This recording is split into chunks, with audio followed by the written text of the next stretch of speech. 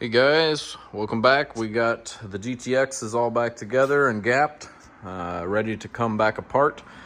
So that's what we're going to start working on tomorrow, is taking this car back apart.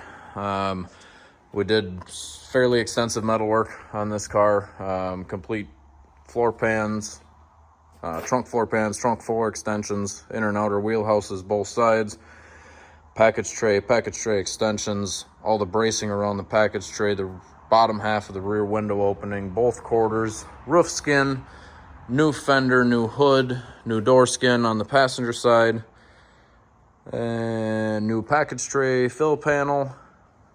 I think that's about all we put on this car. New floor hump, shifter hump. That's about the gist of it, but we got it all done. The gaps are all done. We went 3/16 gaps on this car. We're gonna get ready to start taking this thing apart.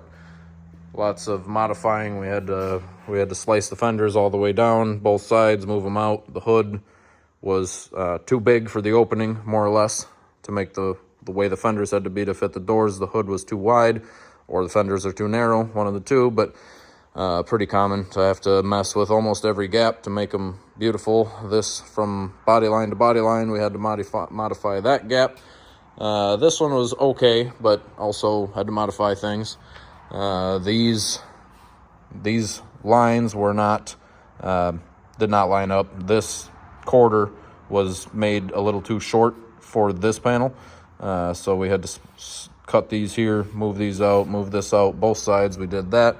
The trunk lid, we had to weld down both sides to make that fit the quarters.